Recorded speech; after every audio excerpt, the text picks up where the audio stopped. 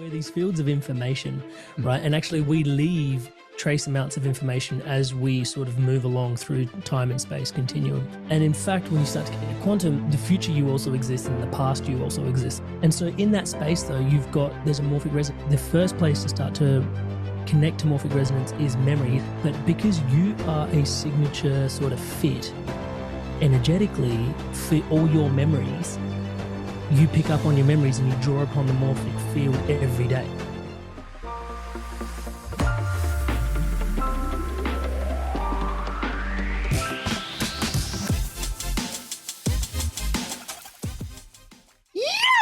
Hey you guys, this is Amrit Sandhu and this is your Superior Self podcast. You've done this before. Amrit, thank you so much for taking the time, my brother.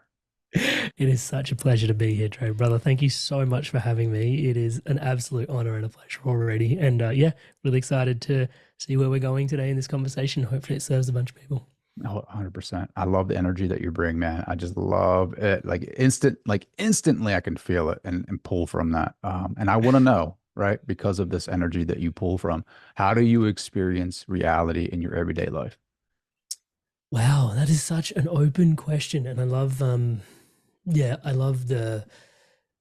it can be such a surface level question, but it's also such a deep question, right? It's like, it's asking about what does your awareness perceive reality as? And a lot of I guess there's also the hero's journey, which I think a lot of us live out. And my hero's journey has really brought me to a really deep relationship, I would say, touch wood, with awareness. And what I mean by that is probably a lot of self-reflection impregnated in there, just because of some of the discomfort that's sort of been there along the way. But to answer your question in a nutshell, it would be the fundamental tenet for most of what I'm up to in the world, and what I find myself reminding people, and for every single person that joins my coaching ecosystem, basically what we end up starting with is this building block upon you are the universe looking in on yourself.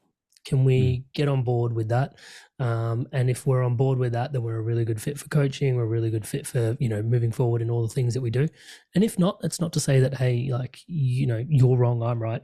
It's just that, that's like the fundamental sort of foundation block of my awareness in terms of, just all the philosophies, everything that I work to builds upon that cornerstone that somehow the universe is folded in on itself. It's insanely curious. It's looking in on itself, and it's having this relationship with consciousness and perspective, and it's marveling at itself. And so in and around that, in the day-to-day, what does my reality look like? It looks like this real experience of when you cultivate enough curiosity, then touch wood, you start to build what I call the chalice of passion, the cup of passion, because your curiosities lead to your passions. And if you start serving your passions, you end up living a life of purpose. So we can unpack that further as we go, but there's a little bit to answer a very deep question. Dude, you said so much in there that I just want to dive into the chalice. And automatically I'm thinking about, this sacred chalice. And, I'm taken back to like ancient artifacts and like ideas of like the Staff of Ra, the Ark of the Covenant, the Holy Grail, right? And those types of objects, right? That could be out in our reality somewhere that we just haven't found yet. And I wonder, right? There's so many different conspiracy theories about like what these things could possibly do. Like, is it a key to a mechanism that opens up a greater awareness or allows people to leave the matrix, right? Essentially, and have the ultimate power of creation. Like, what are your thoughts on that, right? Like, even if these were keys, and this is probably a little bit different of a conversation that you've had on your show. But I love entertaining these ideas and concepts because I think it's outside the box thinking. But even if these were keys to a mechanism that unlocks some type of power, what do you think that is, right? Like, do we even need a mechanism that unlocks and has this greater awareness? Or do you think the mechanism is us? Yeah, and I lean towards the latter part of the way you left off the question, which the mechanism is us. By faith, I'm a Sikh, and most people tuning in will be like, oh, where's your beard, where's your turban? And it's like, yeah, okay, fair enough. But yeah, Sikh by faith, basically, the name of the religion means to learn. It just, there's a lot of principles about the faith that resonate really deeply with me.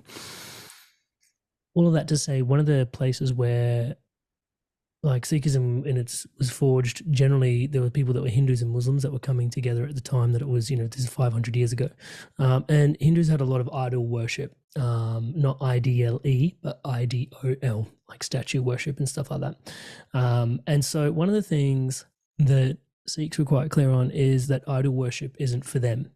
And this comes back to what you're saying about power objects, because in some ways, like knowing what, having gone through the podcast and, experienced a whole bunch of things in life, touch wood, I do believe that energy, like everything is energy, right? That Einstein equation of E equals MC squared, everything we see, but we perceive it as matter, right? But really, C is just a constant number. It could be 9, right? So if you 9 times matter, which is not 9, right? It's the speed of or whatever. But going in, it's like matter is literally just energy. So if you're projecting your energy into an object and everybody keeps doing that over and over and over again, does the object get charged? Well, you walk into a yoga studio and you feel into the vibes. It's very different to what it's like outside on the main street. So somewhat, I believe, yes, right? But flicking back to not being a subscriber to idol worship, it's not that the power objects don't exist. It's that the power within you is what you're here to experience in this lifetime, right? Like you are the universe looking in on itself.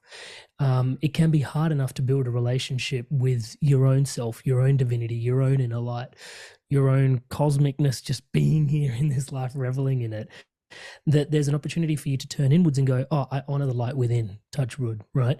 And so that's kind of the philosophy in the Sikh faith, to sort of go, hey, don't place your energy out there in an object, but bring it back to yourself. There is so much within you to be empowered, to hold sacred, to hold dear, to charge up, to have a look at, touch wood. So I think that's really what I subscribe to.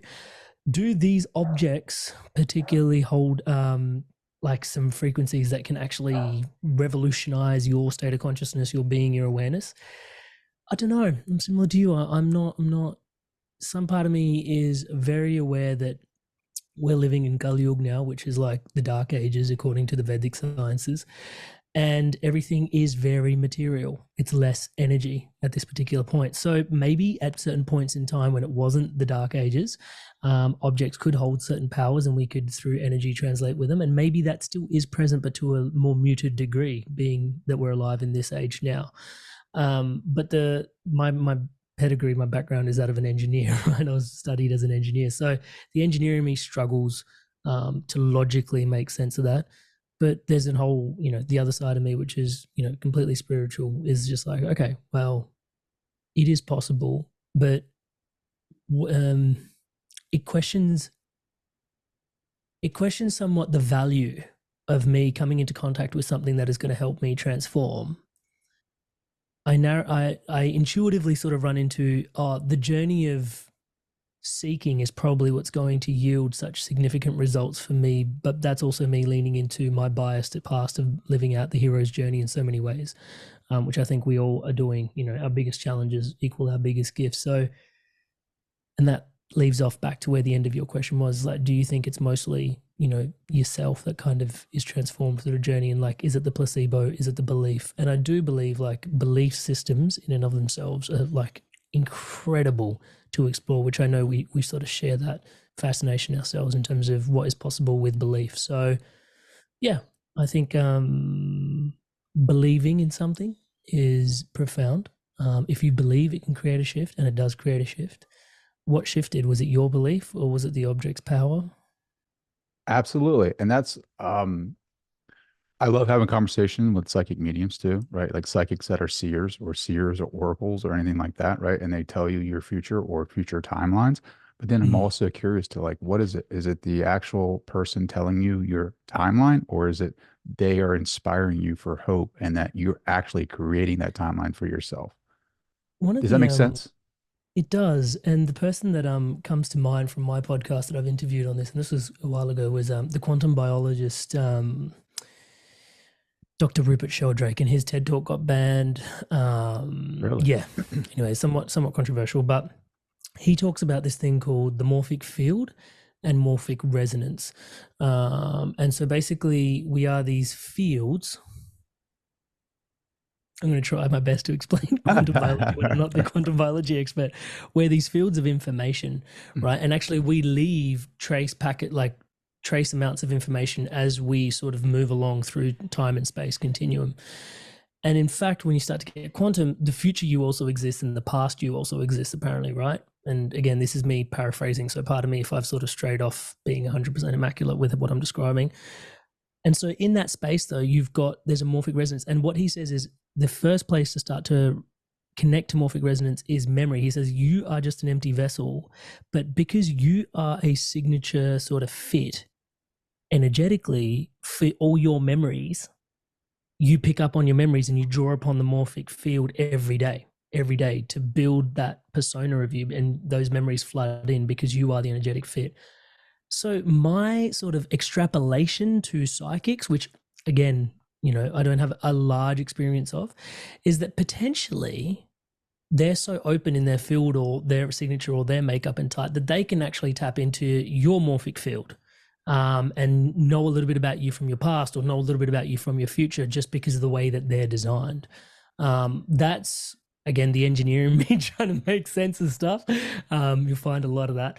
But yeah, that's kind of what I've got to go on, and those are my sort of thoughts on that. Sure. Yeah. I think it's like future potentials, like future probability states. I think that the future is superpositioned and that we can collapse that as we change. But if you want to see someone's future, look at their past, right? Essentially, they're going to continue to live the same patterns over and over again, and create the same future for themselves. And they wonder why they can never change, right? I feel like once you get outside of yourself and you start putting in practices and protocols that are totally aligned with either meditation, becoming more hydrated, putting your body in a sense of higher probabilities to connect with that consciousness that you talk about, right? The universal consciousness. There's an automatic change or an upgrade to the hardware system. It allows you to connect with something higher than yourself, and like you automatically start having physiological changes, which changes that morphic field for yourself. You're connecting with something surrounding yourself, and you're vibrating and you're resonating with something. And so as you change and well, visualization is a part of that too. Like really connecting with that and feeling that, I feel like you start attracting, you create it, right? Just with that visualization part of you're collapsing that superposition future. And then once you collapse it, that energetic pull and magnet is going to be through the feelings that you put out into the field and becoming that person and living that life and seeing yourself as that. That's what creates the new future. But if you continue to live in the past and the fear, worrying about the future, that is going to continue to manifest the life that you already have, if any of that makes sense.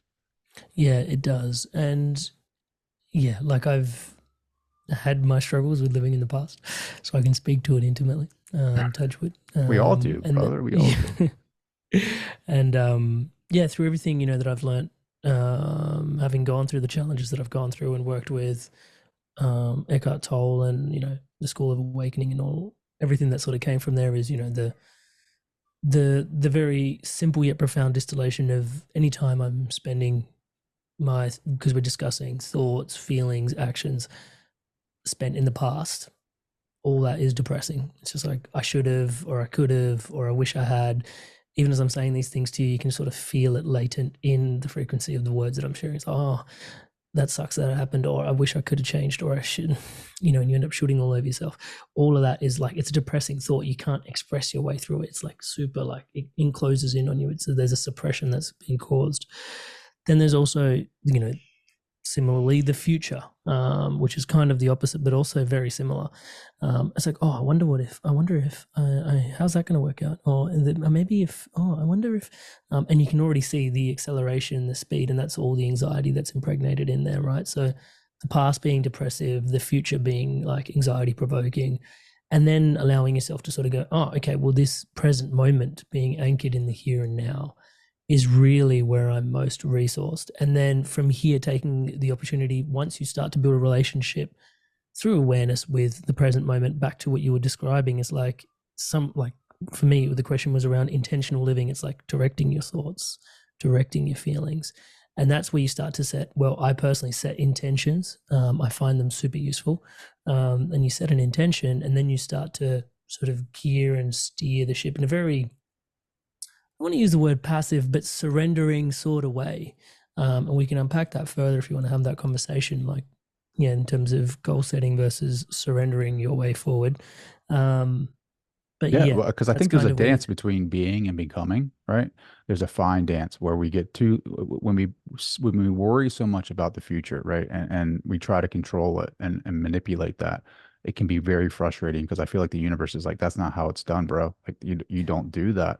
yeah, Is it more of the the, beingness of like surrendering and allowing things? Like I give this over to you.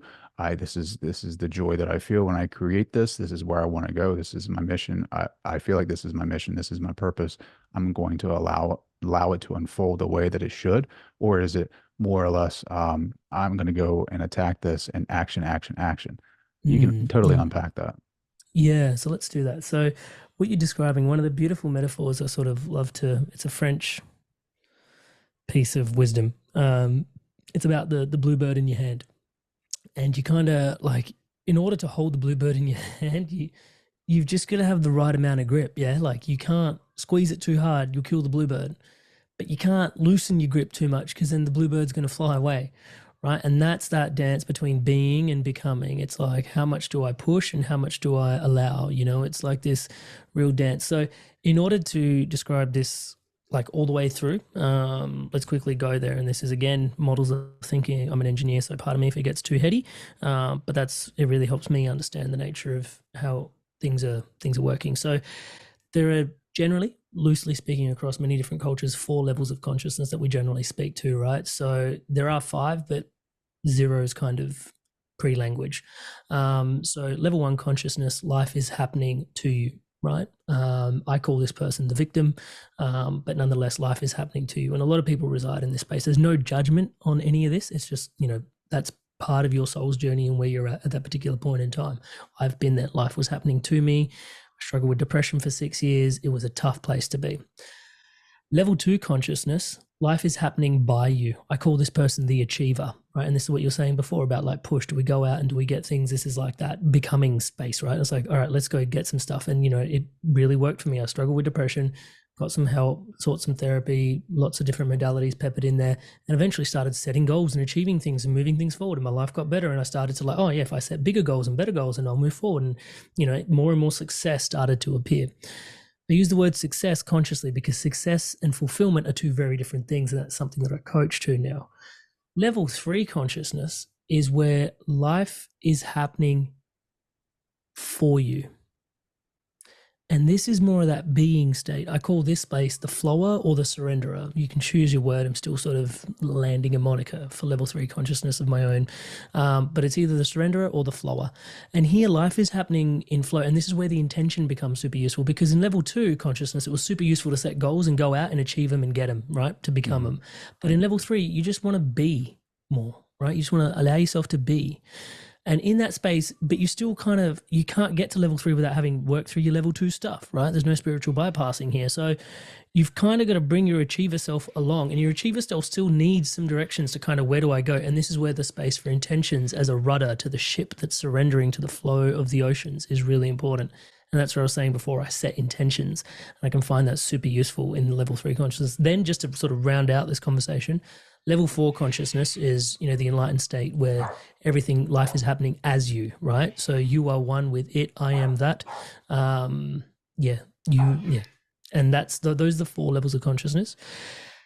And so all of that to say, most of the people that I work with are shifting from level two to level three, or they're in that level three space and they're still trying to, basically find this conversation around fulfillment, passion, purpose, living fully.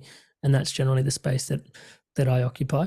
Having said that, though I think that's where the being and becoming conversation lives, because becoming is very level two, because you can appreciate in level one, life is happening to you. There's not a lot of like, what am I becoming? It's just like you are being subjugated or subject to all of this sort of stuff. Level two is like, oh, I'm going to become something. And level three is like, I'm going to be something, right? And it's not, again, just to sort of close out, it sounds very judgmental when you start using the words levels of consciousness. And if I could change anything about what I've just described, it's just the word levels. I don't like the word levels because it makes it sound like hierarchical, superior, like it just, it Yeah. just is, It there's seems just like these. stages, right? Like you have to, Exactly. it's like maturation. Like you have to mature at this state before you reach the next. And again, right? I don't think consciousness evolution is linear in the fact that I think it happens at all different levels at different times, right? And um, it's so fascinating to me. Your journey, right? You were in operations before, I think. I was Um, an engineer in project management, basically. Yeah, building high rise towers, construction, corporate construction management, stuff like that. Yep. yeah, so that's 6 days a week, 7 days a week. Yeah, so that was 6 a.m. to 6 p.m., 6 days a week. And that's actually what gave birth to the podcast. I joke that I just had my midlife crisis and wanted to inspire to, I was inspired to evolve earlier just because I crammed in all the hours that people put in uh, before their midlife crisis. Just I crammed all that shit in before the age of 30. So, and just all that squeeze just had to pop Was the eventually. podcast like wrapped around this idea of like spiritual evolution, like consciousness evolution, or was it more or less like entrepreneurship, business focused? Yeah, so it was always the underlying subtext was to live a life you love, right? So make of that what you will. There's entrepreneur, and when I unpack that, it's spiritual entrepreneurship is really what Mhm. was in there. Looking back, I've always been spiritual, I guess. Growing up, Indian touch wood with an Indian household, spirituality being the fundamental building block upon everything, right? Metaphysics is kind of point zero, and then everything's built upon that, which is like again the antithesis to the Western mind, which builds spirituality off of that sort of material sort of sense, right? And this is me grossly generalizing, but that's kind of the East and the West, if you will, all the way in, all the way out. So that was super useful to have early on. But then yeah, through my own challenges, it was like fundamentally, career misalignment and living out of alignment with my values, which my highest values are connection, contribution, and celebration. Now I say these to you now, and I know them inside out like the back of my hand. They are me, right? They're the pillars of the temple that is my being, and that's the way I describe it to people when they discover their values. Touch wood. Yeah, and you can discover your own values as well. You can be as clear as I am. inspiredevolution.com/values. 20 minutes later, you'll know your values. But really understanding my values was so fundamental, because one of the things that was wrong when I was out of career misalignment, like in corporate construction, for me, there was no opportunity to connect. There was no opportunity for me to contribute. Maybe a little bit. I was building people's homes, so there was some contribution there, but it wasn't the kind of contribution I wanted to have. And celebration, there was none of that, right? But if you look now, like podcaster, coach, speaker, connection, booming in all of those, right? Connecting to you here today, connecting to an audience, connecting to people all over the world. Contribution. Hopefully, these conversations are contributing to people's awareness, people's expansions, people living a better life, greater self awareness, and celebration. Hopefully, you live life fuller, more richly, right? So now all my values are ticked in the things that I do. That has been this massive journey of the inspired evolution. So when I was stuck in the corporate construction 9 to 5 grind, which we just discussed was 6 to 6, 6 days of the week for me, yeah, the birth of the inspired evolution was all of that squeeze. The pop was the inspired evolution. There was all these people such as yourself that were entrepreneurs, creatives, coaches, speakers, people having a positive impact in the world, living life on their own terms, living a life they love, having meaning and impact, that I was inspired by, but I needed to evolve out of my situation into that. And so that was the birthplace of the inspired evolution. At the time, it looked like spiritual entrepreneurship. That was 7 years ago. So we've done like now it's 2 episodes a week, right? So 400 podcasts later, and unpacking belief systems, repackaging belief systems, like all this sort of stuff, repackaging identity again and again and again and again. Having evolved touchwood so much myself, you get to a point where it's like, okay, there's just this awareness of, yeah, we're always growing, we're always evolving. The key thing is to just remain inspired on your path and follow, yeah, just follow your inspirations. Those are things that cultivate the most. We talked about energy earlier in the podcast, that create the most energy within you, right? Like inspiration encourages you to draw breath, right? One of my deepest fascinations is like the motivation versus inspiration thing, right? Everyone's like, oh, motivational speaker or motivation this, and it's like, yeah. Hmm. And even just like people believe motivation needs to set in before you go do a task, and it's like that's not actually how it works. Like you don't get motivated to go for a run. You actually go for a run, and then like and this happens when I'll run 4 laps of the oval, and then I'll be like on lap 3, and it's like, oh, I'm gonna do 10 today. That's motivation. Like midway through the activity, motivation kicks in. That's actually what motivation is. But you don't need motivation to start an activity, and it doesn't really last. It's like pumping up the tires, and then eventually it just comes out, and you pump it up again, and it just comes out. Whereas inspiration, being that thing, it's inspired, it's infusing spirit into something. It's spiritual in nature, and it's one of those things where you can't fake your inspirations. You look at something and it just makes you go, it's that sense of awe, and you just naturally just draw breath. You go, like it Hmm. automatically is already animating you. You witness something and it's animating you. It's causing you to breathe in prana. It's causing you to take in more energy. It's wanting you to be more alive. And that inspiration, that dance of inspiration is like, it meant so much to me consistently, touch wood, that, yeah, invariably you could argue that I was always meant to evolve into this space, but that's the inspired evolution in a somewhat of a nutshell. Touching on. Sure, man. I feel like you are definitely inspiring a lot of different people. Just with your energy alone and the concepts of the value system, I think is huge. Do you think, with your foundation of your multicultural upbringing, do you feel like one, do we need a guru? And then two, who has been that teacher for you? That's amazing. So the true definition of guru is dispeller of darkness, bringer of light. Yeah. And so do you need a guru? Well, I think the entire, you could argue the entire, and obviously I'm going to say this when I lean back into it a little bit deeper. Being a Sikh, our word for God is Waheguru, right? Which is like the word guru is in there. So guru is teacher. Anything that can teach you is your guru. My faith, seek, means to learn, and anything that's teaching you is God. And so you can learn from a blade of grass. I can learn from Trey. I can learn from my dog. I can learn from the tree. I can learn from the barbell at the gym, right? There's like the fact that reality is, and there's so much to learn from. Yes, absolutely. Like your entire existence is your teacher, right? So do you need a guru? Well, you've got one in absolutely every single cell of everything that is around you, right?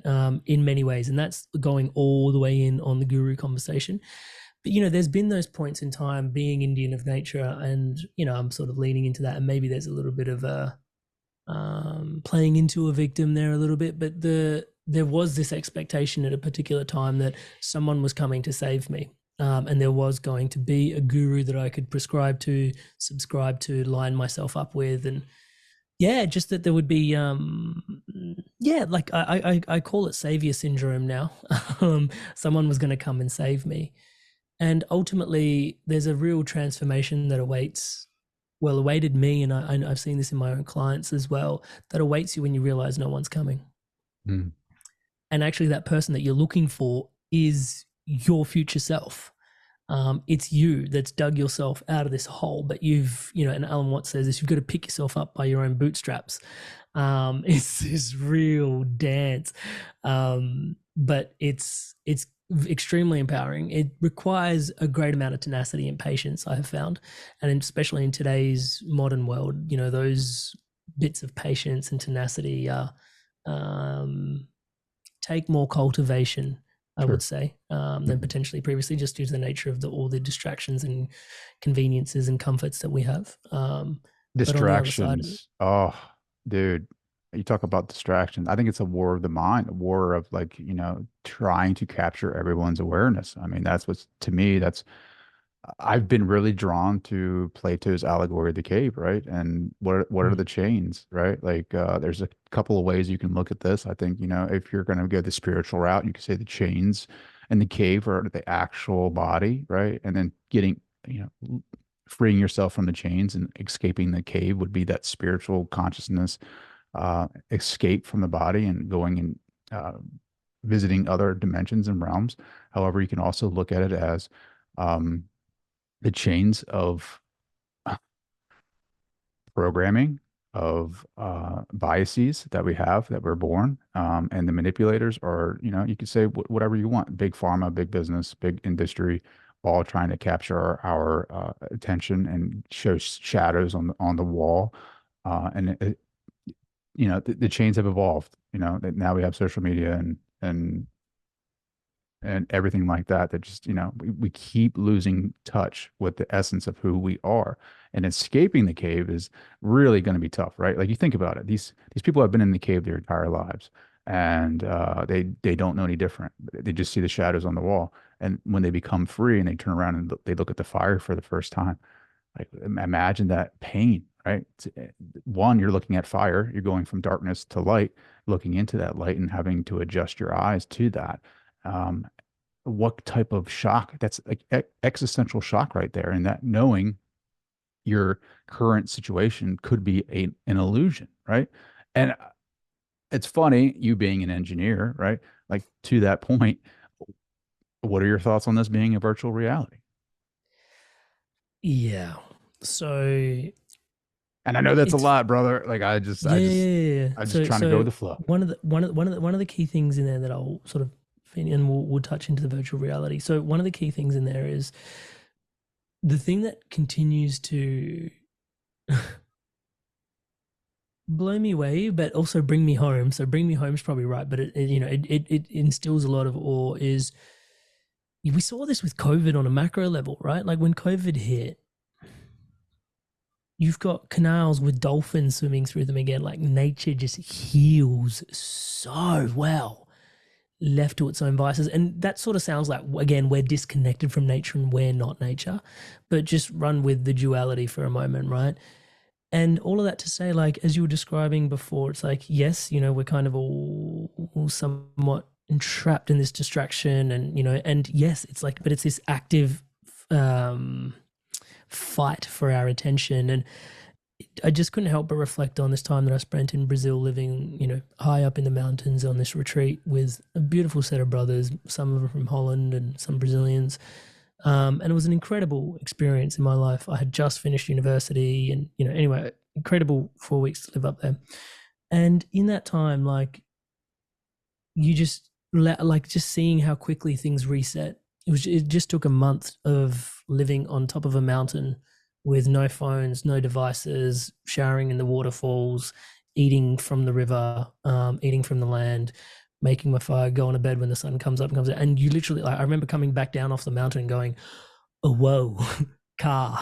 It was like, shit, there's like combustion engines like running around down here. It's like, well, that's super fast, right? Like, because and it took like, and I would argue that like even a week or two of just like going back into yourself, and that reconnection is always available to you. So, yes, our attention is absolutely like, trying to be corrupted and, fought for. But at the same time, yeah, it's nature has its own healing ways. If we can allow ourselves the space, and again, that patience, that, that sort of time to sort of allow everything to just come back to homeostasis in our natural state of order. Our natural being is also always there for us and emerging. And actually it is infinitely powerful. And that's where the soul of you is also present, right?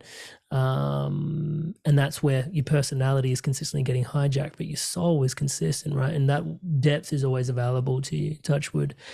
And it sort of also speaks to a very important piece, that a conversation I had with a very beautiful brother in that retreat. His name's Jan Magnus. I've had him on the podcast, and Jan and I were talking, and he was instilling this lesson in me that, his question for me was, Amrit, what causes plants to grow? And I was like, oh, sunlight. And he's like, And I was like, water. And he's like, And he kept just doing this, And I kept coming up with stuff as the engineer, right? Like all the bits that I can feed in to this equation, X plus Y equals Z, which equals plant. And he's like, And then eventually he sort of goes, Amrit, it's attention. Mm. And I was like, what? And he goes, yeah, like in order for anything to grow, it requires attention. Human beings, kids, plants, anything that you sort of want to cultivate requires attention. And it was a beautiful conversation that he had, because it imparted in me the importance of directed attention, directed focus. Because there's so many things we want to create, so many things we want to experience, so many things we want to see. But where is your attention focused? And this is kind of where I get a bit hippied out and the attitude of gratitude becomes my thing. And it sounds super cheese, but it's for real, right? It's like where Super you cheese. it is, right? But No, but but where you it's true. send your attention is literally where you see more and more of those things, right? And so cultivating gratitude for like even the small moments. Oh, someone held the door open for me today. How sweet. Someone handed me a pen when I really needed it. How awesome. Right. And then when you like touch wood end up with your dream home, it's like, oh, holy shit, that happened. Right. And then, you're capacitated for gratitude. So yeah, all of that to sort of say that nature and our natural state is always there to reclaim us and is us if we give ourselves the time and space to drop back into that. That then to sort of land is our natural state, then also landing back in a virtual reality. So the it is very interesting looking at the reality that we're in. I have heard this conversation, right? And I've listened to a lot of Richard Dawkins, Elon Musk. Like the fact that this is baseline reality is, the odds of it being baseline reality and not a simulation, it being somewhere in the matrix is, according to probability, quite high. Um, for me, if I had to speak to that, I believe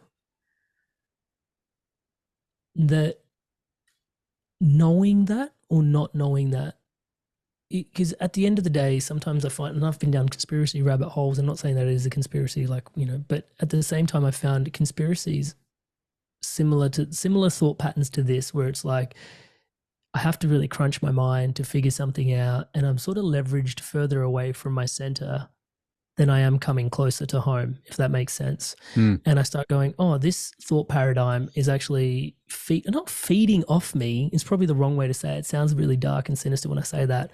But with some conspiracy theories, it genuinely even feels like that. So pardon me for putting it that way, but that does happen. So all of that to say, like, does this thought process actually bring you closer to home? And it's like, why would you run away from wanting to interpret the nature of reality? And it's not that, it's just, does me contemplating whether this is a virtual reality or like baseline reality, how does that impact my experience? Well, my human experience from my belief system, and everybody should have their own. I know I sound very absolutist when I say these things, just because I've affirmed this within myself so deeply, touchwood, but please make your own decision about these things.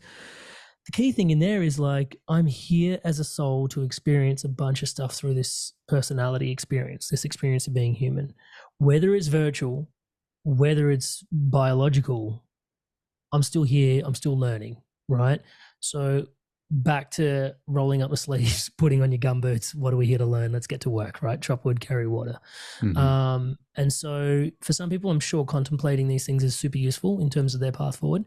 For me, when I start to contemplate it, I can think things to the nth degree, and I find myself drifting further away from my center, rather than like coming back home and going, okay, what's most important?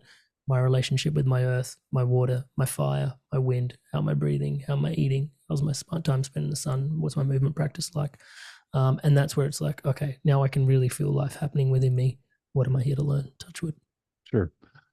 No, I agree 100%, right? Like I can see both sides of it, right? And like obviously I follow a lot of physicists, and we talk about the observer effect, and then like the Nobel Prize winners, like was it in physics, like prove that not was it local realism is false, right? So what is that? Is that just like the the observer effect is real, right? I think, right? But again, it's how you show up, regardless if I'm in a virtual reality or I'm on Earth that is a living being. Like it's all information and data. It's all an experience, and it's like how you show up for that.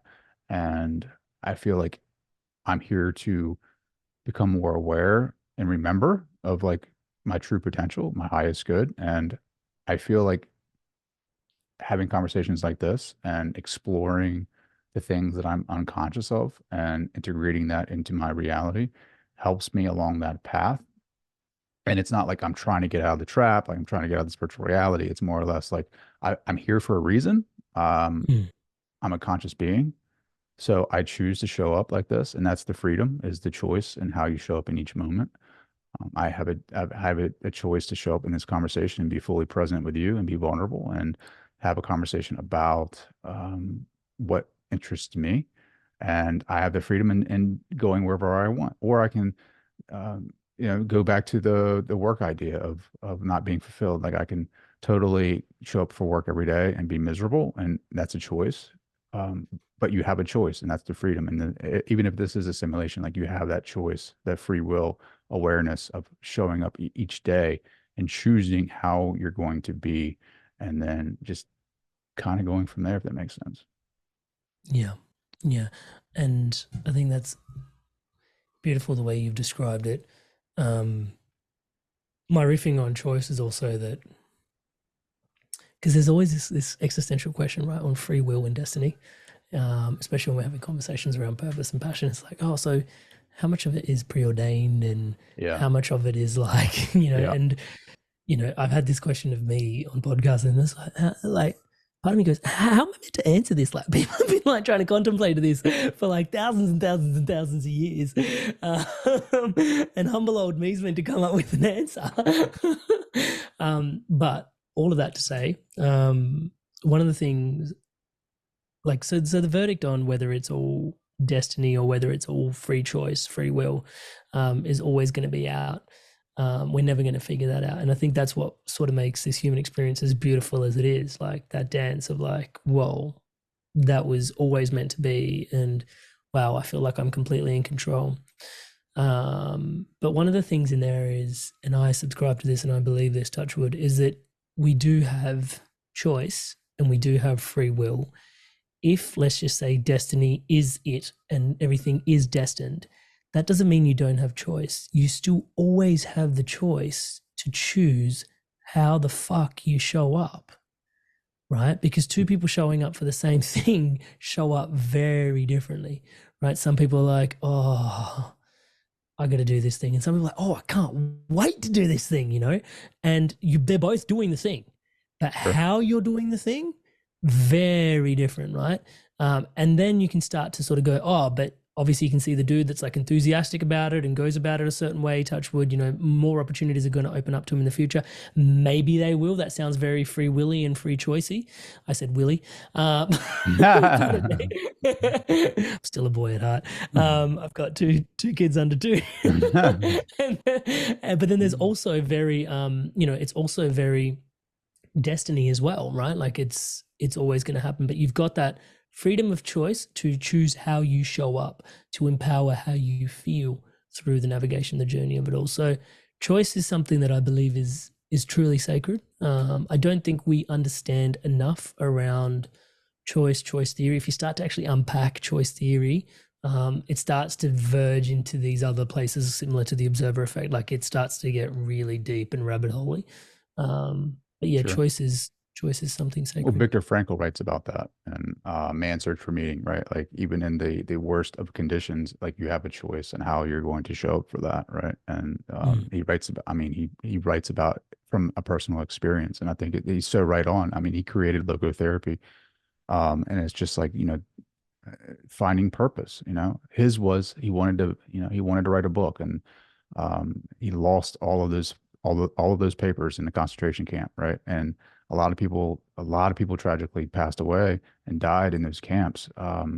But there were some that that instilled in that experience were able to still have purpose in living in every day and finding like little things. It doesn't have to be a huge like I'm going to write a book. It's like little things. Like can I get through today? Can I get through this? Can I get through the morning? Can I get through, can I just experience my breath consciously and be fully present in the moment. Like, and I don't know. I mean, I didn't experience that. Like I've never had a situation in my life that was that tragic, but like reading his words and seeing the things through his eyes or through his writing, um, like to find purpose in that, that's so meaningful to me, right? Like, so my little 9 to 5 job that I have where I show up and I have a bad day seems to be, you know, nothing compared to what he experienced. But if he can find meaning in where he was at, I can sure as hell find meaning in my everyday life.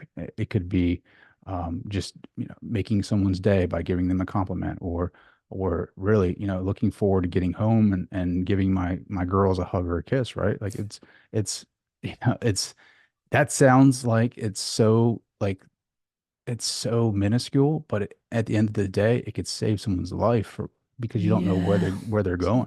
it's not minuscule though, right? It's basic. And then, and when I say basic, it's, basic as a term has been hijacked by like this kind of online space. It's like, yeah, basic. But really is like basics is like, I remember martial arts training is like, if you didn't know what you needed to do, you just go back to your basics and you could just hone the basics forever. Right. And so, spending that time with your kids, spending time in nature, spending some time with your body, spending some time in stillness, these things that, help you cultivate a relationship with the present moment and just the beauty and the awe of everything that is present in this experience because it is all fleeting, touch wood, like before we all know it, we're going to go. Yeah, it's like this. Sorry to bring it to that place, but it's true, right? Super stoic, but at the same time, like being aware of, yeah, the fact that you're going to go at some point helps you really put down some really good fertilizer for the soil of what you're going to grow in this life. And so those moments, yeah, yeah. Sorry, I just want to pepper in there because I don't think they're minuscule. I think they're basic. But again, it's that wisdom of the simplicity, the wisdom of, the fundamentals. I should probably use the word fundamental. Mm, absolutely. Emmerich, man, how can people find you? How can they connect with you? How can they watch the show? Oh man, so the YouTube has become the home of the podcast now, just because it's just so fun connecting with people like yourself and just replying to comments and just some of the conversations and rabbit holes we go down just in the comment section of the YouTube section of the Inspired Evolution podcast have just been revelatory for me alone. So youtube.com/inspired evolution. That's the home of the podcast. It is available everywhere else, Spotify, iTunes, etc., wherever you listen to your podcast. You can do that old plug. But yeah, it's YouTube is really the home of the podcast. If you want to come connect and see what's up, we're over there. The place if people want to connect with myself and just, something I'm resonating or vibing with or saying you're sharing is important for you for your path of, passion, purpose, or living a meaningful life, then that's amrit.coach. Just the website is amrit.coach. So you can come find me and what I'm up to in the world there as well. And hopefully those people that are tuning in, navigating reality again, soul linking up with persona. The key things in there, I think, are to really understand the pillars of the temple that are you, which are your values. And so to discover your values, inspiredevolution.com/values, I think is really, really important for people to connect to their values. And that's completely free for you. In 20 minutes, you can know your values as well. So any of Mm, those three places form a really good starting point, I think. awesome, man. Well, thank you so much for taking the time. I was fascinated with this entire conversation. I was definitely sucked in. So thank you so much, man, for just taking the Totally. time. Trey, thank you so much, brother. It's such a pleasure and a treat to be here, and also just, yeah, really a massive fan of the work that you're doing in the world and just the heart that you bring behind it and your passions and your curiosities, man. It's such a pleasure and honor to be here to share in this space with you. Thank you so much for having me.